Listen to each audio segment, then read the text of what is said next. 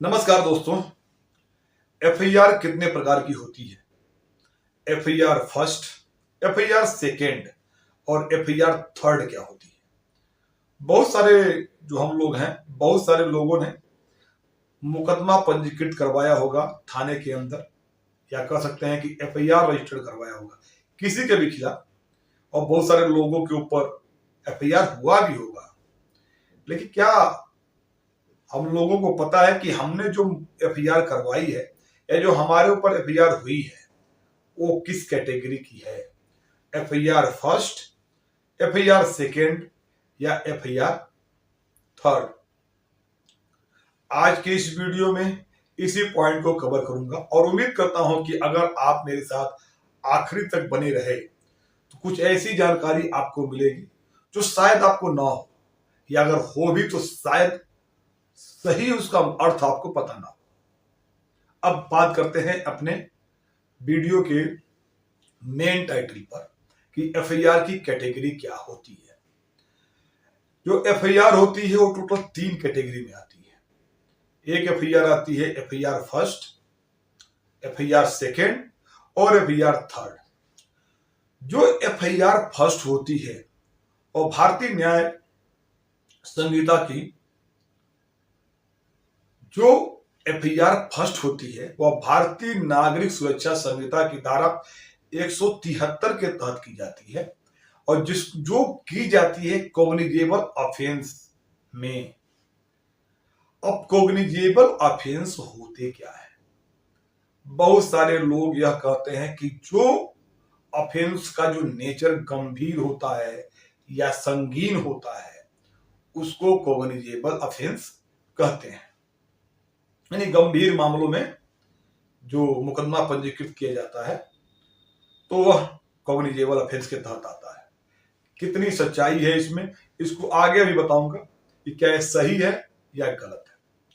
तो 173 भारतीय नागरिक सुरक्षा संहिता के तहत जो एफआईआर होती है उसमें पुलिस को सारे अधिकार प्राप्त होते हैं, इन्वेस्टिगेशन कर सकता है, उसे लगता है कि अरेस्ट भी जरूरी है तो अरेस्ट भी कर सकता है जो उसमें आरोपीगण है उनको। जब भी एफआईआर का फॉर्मेट देखेंगे तो उसके सबसे ऊपर लिखा होता है 173 भारतीय नागरिक सुरक्षा संहिता। पहले ये अपराध 154 सीआरपीसी के तहत होती थी नए कानून आने से पहले। अब बात करते हैं दूसरी जो कैटेगरी है एफआईआर सेकेंड की, वह होती है नॉन कॉग्निजेबल ऑफेंस के केस में, और जिसको बहुत सारे लोग एनसीआर भी बोलते हैं। तो ये भी एफआईआर की एक कैटेगरी है जिसको हम एफआईआर सेकेंड बोलते हैं। और इसमें अंतर क्या होता है कि जो पहले कैटेगरी का जो एफआईआर है उसमें जब भी एफआईआर दर्ज की जाती है तो फॉर्मेट पे देखेंगे तो 173 भारतीय नागरिक सुरक्षा संहिता के तहत होगी, और जो सेकेंड कैटेगरी की जो एफआईआर होगी वह 174 भारतीय नागरिक सुरक्षा संहिता की होगी। तो जिस भी एफआईआर में यह लिखा हुआ है 173 भारतीय नागरिक सुरक्षा संहिता, इसका मतलब यह होता है कि वह कम्युनिकेबल ऑफेंस से संबंधित है, और जिसमें 174 भारतीय नागरिक सुरक्षा संहिता लिखा हुआ है इसका मतलब यह हुआ कि यह नॉन कॉग्निजेबल ऑफेंस से संबंधित है। अब इन दोनों कॉन्सेप्ट को क्लियर करूंगा तीसरी एफआईआर को बताने के बाद। और एफआईआर थर्ड जो होती है इसको बोलते हैं जीरो एफआईआर। जीरो एफआईआर जो शब्द है कहीं भी भारतीय नागरिक सुरक्षा संहिता में नहीं लिखा गया है, लेकिन जीरो एफआईआर क्यों कहा जाता है और कहां पे इसके बारे में लिखा गया है? 173 जो भारतीय नागरिक सुरक्षा संहिता की उपधारा 1 है उसमें क्लियर कट यह लिखा गया है कि जब कोई शिकायत करता है किसी भी अफसर इंचार्ज को थाने के, तो वो अफसर इंचार्ज किसी भी कॉग्निजेबल ऑफेंस के केस में क्षेत्राधिकार से बाहर का भी अगर मामला है तो दर्ज कर सकता है। और जब भी ऐसे मामले किसी भी पुलिस थाने में आते हैं, मतलब यह है कि अपराध ऐसे जगह हुआ है जो कि उस थाने के क्षेत्राधिकार से बाहर है तो उस एफआईआर को भी दर्ज कर सकता है।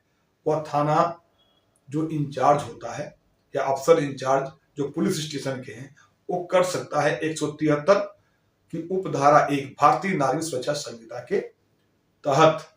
लेकिन अब वो मामला किसी और थाने का है, एफआईआर कोई और थाना कर रहा है, तो आगे की विवेचना तो करने का तो अधिकार नहीं दिया गया। वो विवेचना करेगा उसी थाने का जो अधिकारी होगा।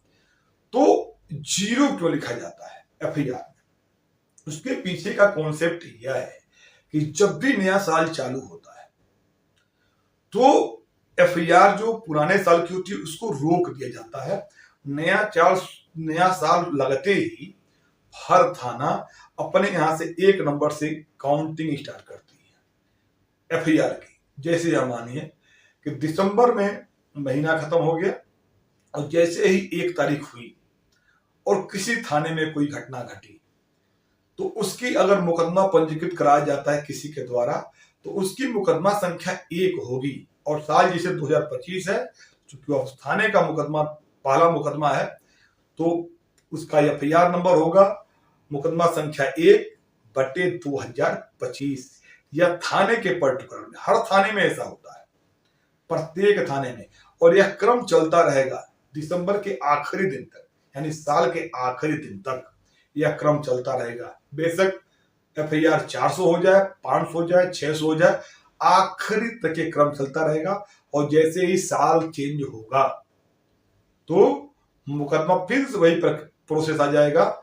अगले साल मुकदमा संख्या 1 और 2026 आने वाले समय में तो इस तरीके से चलता रहता है। इसी बीच अगर कोई इंफॉर्मेशन ऐसी मिलती है जो कि दूसरे थाना क्षेत्र की है तो आप इसको अगर अपने उस रजिस्टर के अकॉर्डिंग ही अगर तय करेंगे तो वो एक नंबर, पर्टिकुलर नंबर मिल जाएगा उसको, जिससे आगे जाके लीगल तौर पे काफी कॉम्प्लिकेशन हो सकता है। इसीलिए इस एफआईआर को 0 एफआईआर का कोड डालकर दर्ज किया जाता है और उसको आगे फॉरवर्ड कर दिया जाता है कंसर्न थाने को। वहां पे उसको एक पर्टिकुलर नंबर देकर आगे की कार्रवाई की जाती है। इसीलिए इसको 0 एफआईआर में इसका पंजीकरण होता है। अब बात करते हैं कॉग्निजेबल और नॉन कॉग्निजेबल। बहुत बड़ी भ्रांति है। बहुत सारे लोगों का कहना यह है कि जो कॉग्निजेबल ऑफेंस होते हैं ये गंभीर या संगीन धाराएं होती हैं और नॉन कॉग्निजेबल जो होता है वह हल्की फुल्की धाराएं होती हैं। छोटे मोटे मामले के लिए एनसीआर यानी एफआईआर सेकेंड को दर्ज किया जाता है। अब मैं आप पे छोड़ता हूं, एक छोटा सा धाराओं के बारे में आपको जानकारी देता हूं। एक धारा है भारतीय न्याय संहिता की और वो धारा है 126 की उपधारा 1। किसी भी व्यक्ति को गलत तरीके से रोकना, अगर रास्ते में कोई जा रहा है तो रास्ता अवरुद्ध कर देना गलत तरीके से। अब उसमें सजा जो है वो है 6 महीने, उसमें जो सजा है वह 1 महीने की है और या तो जुर्माना है 5,000 का या दोनों। सजा मात्र 1 महीने तक की है, जुर्माना 5,000 रुपए तक का है। लेकिन यह एक कॉग्निजेबल ऑफेंस है। अगर इस सेक्शन में एफआईआर दर्ज कराई जाएगी तो 173 में एफआईआर दर्ज होगी। पुलिस अधिकारी को पावर हो जाएगा इमीडिएट इन्वेस्टिगेशन करने को और स्टेप लेने को, जो उसके अधिकार मिले हैं उसके लिए उसको मजिस्ट्रेट की परमिशन नहीं लेनी है। लेकिन एक और धारा है, धारा 115 की उपधारा 2। किसी को अगर झगड़ा हो गया है, मार पिटाई हुई है, उसको हल्की फुल्की चोट आई है, सिंपल इंजरी आई है, यानी किसी को 5-7 थप्पड़ लगा दिए गए हैं किसी भी व्यक्ति को, तो उस मामले में जो सजा है वो सजा है 1 साल तक की या जो जुर्माना है वह 10,000 रुपए तक का फाइन है इसमें। लेकिन क्या है, या दोनों है, लेकिन यह जो धारा है उसको एनसीआर के कैटेगरी में रखा गया है, नॉन कॉग्निजेबल ऑफेंस की कैटेगरी में रखा गया है। तो अगर देखें, नेचर देखें किसी को, तो देखें तो 115(2) तो ज्यादा बड़ी लग रही है, क्योंकि सजा भी इसमें ज्यादा है, 1 साल तक का है। जुर्माना भी देखें तो इसमें ज्यादा है। जबकि जो 126 है उसमें तो सजा कम है, लेकिन 126 की उपधारा 1 जो है कम्युनिकेबल है, और 115 की उपधारा 2 जो है वो क्या है, वो नॉन कम्युनिकेबल है।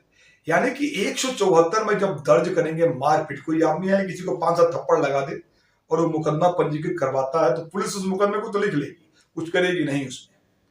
उसके लिए आपको उस व्यक्ति को मजिस्ट्रेट से आर्डर करवाना पड़ेगा। तो मुद्दा गंभीरता और हल्केपन का तो है ही नहीं। इसका शुद्ध मतलब समझिए कि कम्युनिकेबल का मतलब संज्ञेय अपराध, और नॉन कम्युनिकेबल का मतलब असंज्ञेय अपराध। कानून जब बना यहाँ पे अंग्रेजों के जमाने में एक कानून बने, वहां डायरेक्शन दे दीजिए कि इस मामले में, इस ऑफेंस में अगर होता है तो पुलिस को सीधे पावर है, संज्ञेय अपराध हो गया, उसमें पावर है, मुकदमा लिखो, अपनी कार्रवाई करो। और इस मामले में बेशक इसमें सजा जाते हैं, पुलिस को पावर नहीं है, मजिस्ट्रेट से परमिशन लेनी पड़ेगी। इसके पीछे का कारण क्या है, कानून बनाने वाले अच्छी तरह जानते हैं कि किसके लिए इस व्यवस्था बनाई गई। तो इसका मतलब यही हुआ, संज्ञेय और असंज्ञेय डायरेक्शन सीधे दिया गया।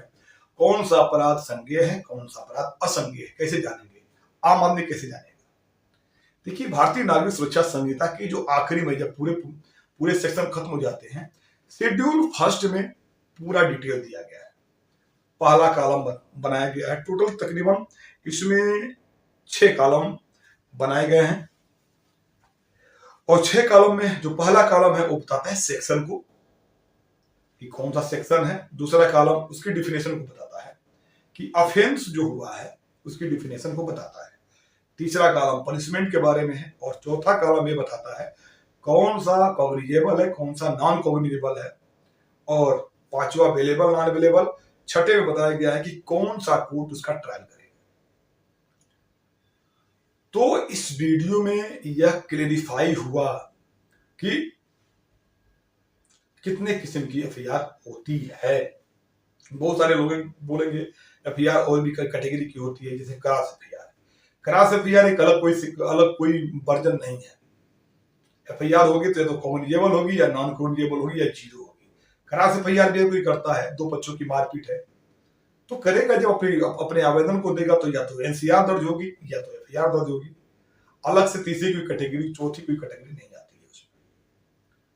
तो क्रॉस एफआईआर एक सेपरेट इश्यू है। उम्मीद करता हूं दी गई इंफॉर्मेशन आपको समझ में आई होगी। फिर भी कोई सवाल है, कोई सुझाव है, कमेंट बॉक्स में लिखिए, रिप्लाई देने का प्रयास करूंगा जल्द से जल्द। Thank you for watching.